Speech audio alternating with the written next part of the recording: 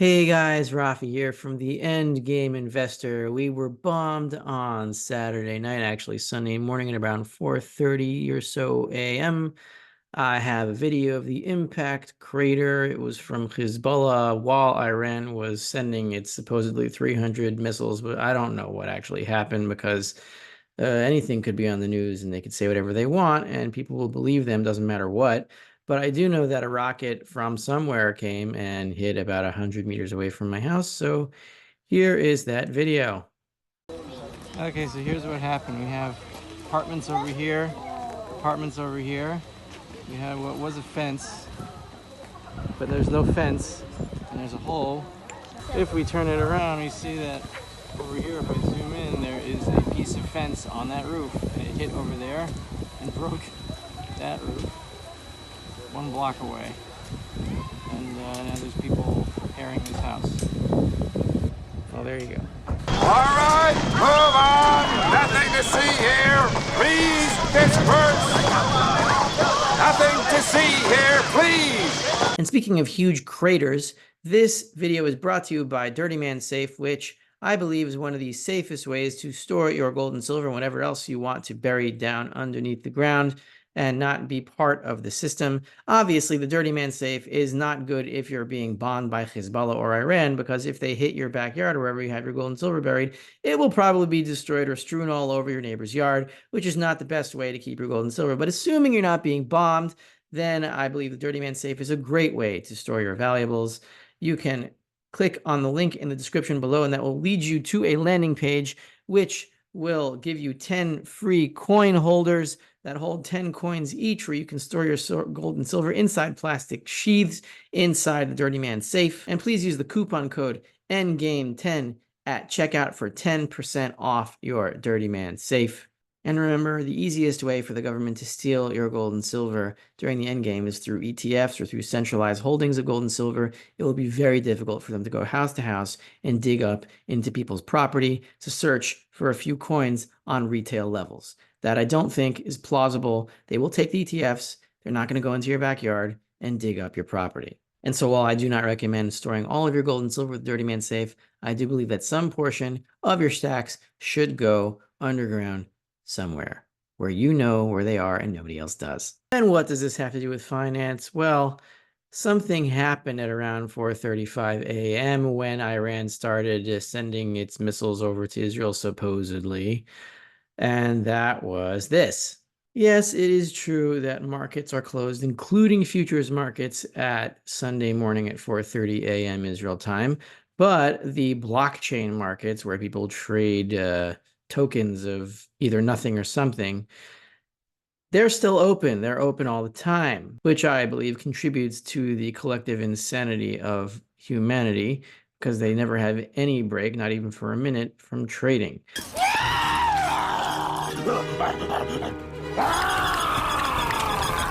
Nice and gentle. We don't want any unnecessary stress.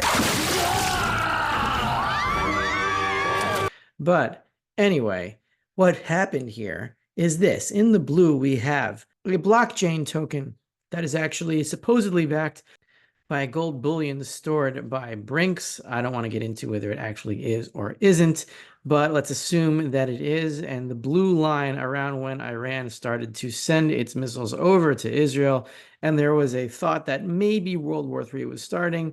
So you had this going on, right? The blue line is gold basically trading higher to the equivalent of $3,000 per ounce. That's where this peak is when the missiles started to fall, I believe. And at the same time, you had Bitcoin plunging by about 10%. Now, this doesn't prove anything. It could very well be that when things really start to get hairy, you're talking about shit hits the fan, you're talking about end game stuff, that really everyone will just pile into Bitcoin, which is a series of locked safes that when you open them up, you get nothing. And they might pile into Bitcoin because I don't know why, as opposed to piling into something tangible and real, like gold. That could happen. I don't know. Maybe.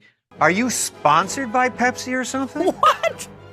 Maybe. But anyway, we have a real life example of what happens when there is a panic of a possible endgame. Gold goes up, Bitcoin goes down, each at the expense of the other, and that's how it will work. Almost certainly. Could I be wrong? Yeah. Maybe Bitcoin is the savior of humanity. I just don't think that's true. But anyway, a subscriber asked me to respond to a column by Charles Hugh Smith, who's usually pretty good on his commentary, on his economics commentary. I'm familiar with his blog. It was featured on Zero Hedge. But he wrote this article. It does show that even people on our side, at least philosophically on some issues, they just don't get the basics. They try to complicate things. They try to sound social engineer-ish. Generally speaking, academic language is a good place to hide a bunch of bullshit, which we see in the fake academia of especially science and pharmaceuticals these days. You say things in very sophisticated language and you can pretty much say whatever you want because you sound smart, and people just say, oh, whatever. He sounds smart, so he must be right, or at least he must be thinking deeply about things when you could be thinking absolutely not deeply at all or incredibly shallowly, as long as you use complicated sounding concepts that don't really mean anything. I'm not saying that's what Charles Hugh Smith did here, but he got pretty close to it. So let's go through it. The first two sentences set the framework of this article, and the entire thing is problematic. He says, we need to start thinking outside the current system, which has no solutions. Our convictions about money are quasi-religious. Heretics are burned at the stake. I'm not sure which stake I'll be tied to because all the conventional choices, fiat currencies, sound money, gold or Bitcoin in parentheses, and that's a problem itself, or debt-free currency, aka MMT, are all fatally flawed. Okay, so this sets the tone of the entire article as trying to come from a top-down perspective and create some kind of committee that will decide what system we have to go to. We need a group of people that will decide what the problems are and what the solutions are, except that's not how money came into existence. Money came into existence organically through trade. People traded one thing for another thing, and then people held on to the most liquid thing because the most liquid gets you closer to what you need in the end, and hence money arose from organic trade from the bottom up. So there is no committee-based top-down solution, a group of people trying to solve a problem. The solution is you just allow people to trade in whatever they want to trade in, and then the best money wins. If it's Bitcoin, it'll be Bitcoin. It won't be Bitcoin, but you should allow people to trade in Bitcoin if they want, allow people to trade in gold, allow people to trade in debt currency, allow people to trade in today's fiat currency, allow people to trade in whatever they want, and the best money wins. That's the solution. Just liberty, freedom, no committees, no top-down solutions. But you'll see as this article progresses that the entire thing is trying to have its cake and eat it too, in the sense that the problem with the monetary system is that people steal, and what he wants is a system that allows theft and allows us to escape the consequences of theft. There is no escape from the consequences of theft. All debts must be paid, and you'll see this throughout the article.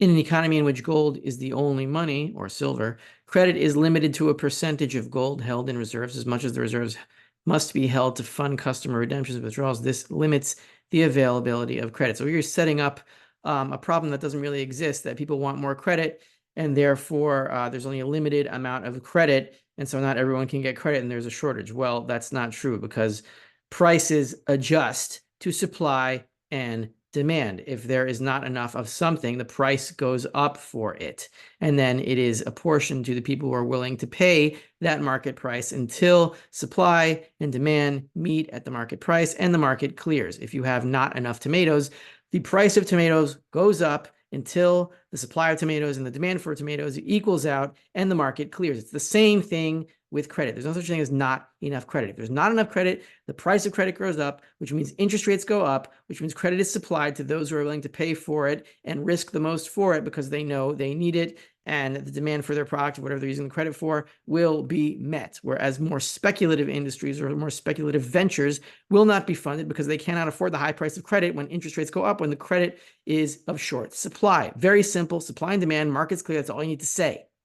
Here's the next paragraph. In a fractional reserve banking system such as ours, 1 ounce of gold held in reserve is sufficient collateral for a loan 10 times the value of the reserve. $2,300 in gold enables the issuance of $23,000 in new money, i.e. a loan of $23,000, as every loan is new money created by the act of issuance. He's saying fractional reserve here. Oh, here's a solution. You can just loan out credit based on a fraction of gold that you have, but if you loan out all that credit, there's a lot of it that will not be paid back because there's not enough money to pay it back. And a lot of those industries or whatever, those ventures are going to fail, and you're going to create busts. That's how you start with the boom and bust cycle. You create credit that is not backed by anything, and it makes the impression that the supply of gold or the supply of capital is higher than it is. And most of those industries end up failing. What we're doing now, why they haven't failed yet, is because we created the most massive credit bubble where almost all of the industries that are in operation right now are supported by credit from money that doesn't exist, and therefore they will all go bust. Doesn't mean the capital, the physical capital that they have, will go out of existence, but it does mean that the ventures will fail and they will have to be sold very, very cheaply to those who have real money, which is gold, which goes back to the thesis of why we stack gold and silver in the first place, because all the capital that has been created on false credit will fall in value relative to real money, and they will all be bought up by holders of real money, gold and silver stackers, etc. Here's the next paragraph where he makes a huge mistake here. Ancient Rome offers an example of a system in which only gold, silver were money. When the empire's silver mines in Spain were depleted, the supply of new money dried up, and scarcity forced authorities to shave the actual silver content of coinage. Well, there's a huge problem with that, right? Scarcity of money forced authorities to shave the actual silver content of coinage? No, it didn't force anyone to do anything. Shaving the actual silver content of coinage is stealing from the public who uses that money, right? That's inflation. It's coin clipping. It's the same thing. Nothing forces the state to steal from the money. It doesn't force them to engage in a policy of inflation where you create more money units with less actual money material in them. What happens when you have a shortage of money is prices go down by themselves to clear the damn market again. Price of gold goes up. Therefore, the prices of things denominated in gold and silver go down. The market clears. There's no reason to steal. And here is another big mistake. In other words, trade imbalances drain importers of their gold and silver. Yes, that's the point. Meaning, for example, if I'm a person and I have money in my bank account in dollar terms, and I spend that money down, and I spend a lot of money on a car, luxuries, Persian rugs, I don't know, things are just coming into my head, and then I have a low balance in my bank account, I can't really import stuff into my house anymore because I'm out of money. So what I have to do is I might have to export stuff and sell things to get more money, or I have to stop importing, I have to stop spending. That is a natural balancing act. It keeps my budget balanced, just like it keeps a state's budget balanced. When gold flows out of a treasury, they have to stop spending. But here he says President Nixon didn't end the era, the convertibility of the US dollar on a whim due to rising US trade deficits. America's gold would have been drained to zero in a few years. Yes, that's the point. That would have shown that America was spending too much money, and they would have to spend less in order to restock their gold supplies, their money supplies, their bank account, basically. But what Nixon decided to do was say he's not going to pay his debts anymore. That is not what he wasn't forced to do that, just like Rome wasn't forced to clip coins. He's coming from the perspective that, oh, when a state runs out of money, they're forced to go into inflation. Well, they could just cut spending, can't they? Well, no, they can't, according to him, because I don't know why. He doesn't even give that as a possibility. And here he again neglects the concept of a market clearing. What is often overlooked in discussions of money is the necessity for reserve currencies to be exported to the global economy at scale. So there's enough units, quote unquote, floating around to fund commerce and credit. There's no such thing as enough units of money. It doesn't matter how many units of money there are, and there's no special status for a reserve currency that they need enough units floating around. Prices adjust to the amount of units of money that are floating around in whatever economic system it is. This is why prices float, and they change all the time depending on the number of units of money and the number of units of other stuff and the relationship between them. You don't need to embark on a policy of theft in order to equate the amount of units of money to a necessary level. There is no necessary level, and inflating the units just so you can pretend that you're reaching this necessary level is taking from other people unjustly. It is theft. If there is insufficient currency available in the global system, the currency cannot function as a reserve currency due to its scarcity. As the global economy increased in size, the sums of US dollars required also increased. No, they didn't.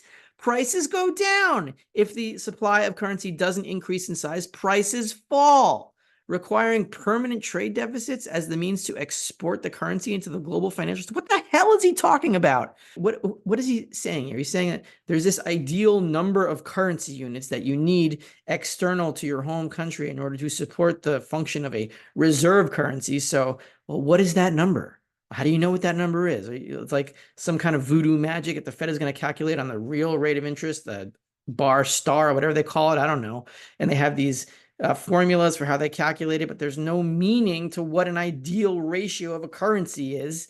It doesn't matter what the hell the number is. It just matters what the interest rate is, depending on the amount of currency available, which should be based on the amount of money available and the amount of stuff available. And interest rates float based on the supply and demand. What else do you need to say? Here we have another paragraph that's just really bad. Many feel that the getting rid of the USD's reserve status would be a plus. What does that even mean? Getting rid of the USD's reserve status? Is that even like a thing that a committee decides? Well, when other countries decide to stop hoarding dollars because they're worthless, the USD's reserve status will end. It's not like something made in, like a decision made in a committee or something. Anyway, it continues, but those mercantilist nations exporting to the U.S. who disagree as once trade dries up, their gravy train ends. How is it their gravy train? The mercantilist nations exporting to the U.S.? So wait, hold on. You have these nations exporting stuff to the U.S., like real stuff that you can use, computers, Chinese crap, whatever it is. They're exporting stuff to the U.S. that the U.S. can use, citizens of the U.S. can use and make their lives easier, better, and more rich. And instead they get dollars in exchange, like stuff that they can like stack up in their basements of their central bank, all these papers. And that's their gravy train. Like, what are they what is he talking about? How is stacking a bunch of papers in a basement a gravy train? The gravy train is the US itself, which gets all the stuff in exchange for printing units of nothing. Well, not really units of nothing. It's just more and more diluted units of gold. But, you know, that's another question. But anyway, this sentence is even worse. Also unsaid is the reality that many nations must import food and energy, and their trade deficits are thus unavoidable. That's the equivalent of saying, well, once you're a bum, you have to always spend more money than you make because you can never balance your budget. If you're a loser, deadbeat bum, you got to keep trade deficits and losing money because, well, you got to eat or you're going to die. Well, maybe you should stop being a loser, deadbeat bum. How about that? And actually produce something so that you deserve the food and energy that you import or buy from somebody else or some other country. What's the difference between talking about two individuals and two countries? It's the same thing. Interestingly, he says here, convertibility to gold didn't restrain the ravages of inflation. Look at the chart of the USD's purchasing power since 1900 and note the value dropped from $25 to $5 during the period that the USD was convertible to gold. Well, that's why they had to stop the convertibility to gold, because they were still inflating the paper over the gold supply, which was why the gold convertibility eventually broke. But you can't dispute the fact that if you just held the gold instead of the dollar, your purchasing power would go up and up and up and up over time. And now I'll just go into his final paragraph here. We need to start thinking outside the current system, which has no solutions. Debt-free money leads to billion-dollar bills. Sound money, gold or Bitcoin, doesn't matter, ends up in the hands of the wealthy, and borrowing money into existence leads to stagnation as soaring interest sucks the economy dry. Look, dude, here's the solution. And it's not a solution that can be sustained except by a moral society, and morals inevitably decay. God can come down from Sinai and give you a Torah and give you a law, and you can break it. He's not going to stop you, right? You can't be in a utopia where everyone acts perfectly, but we know what we have to do. There's one solution to this problem. It is stop stealing. There are many ways to steal. You can just take somebody's stuff.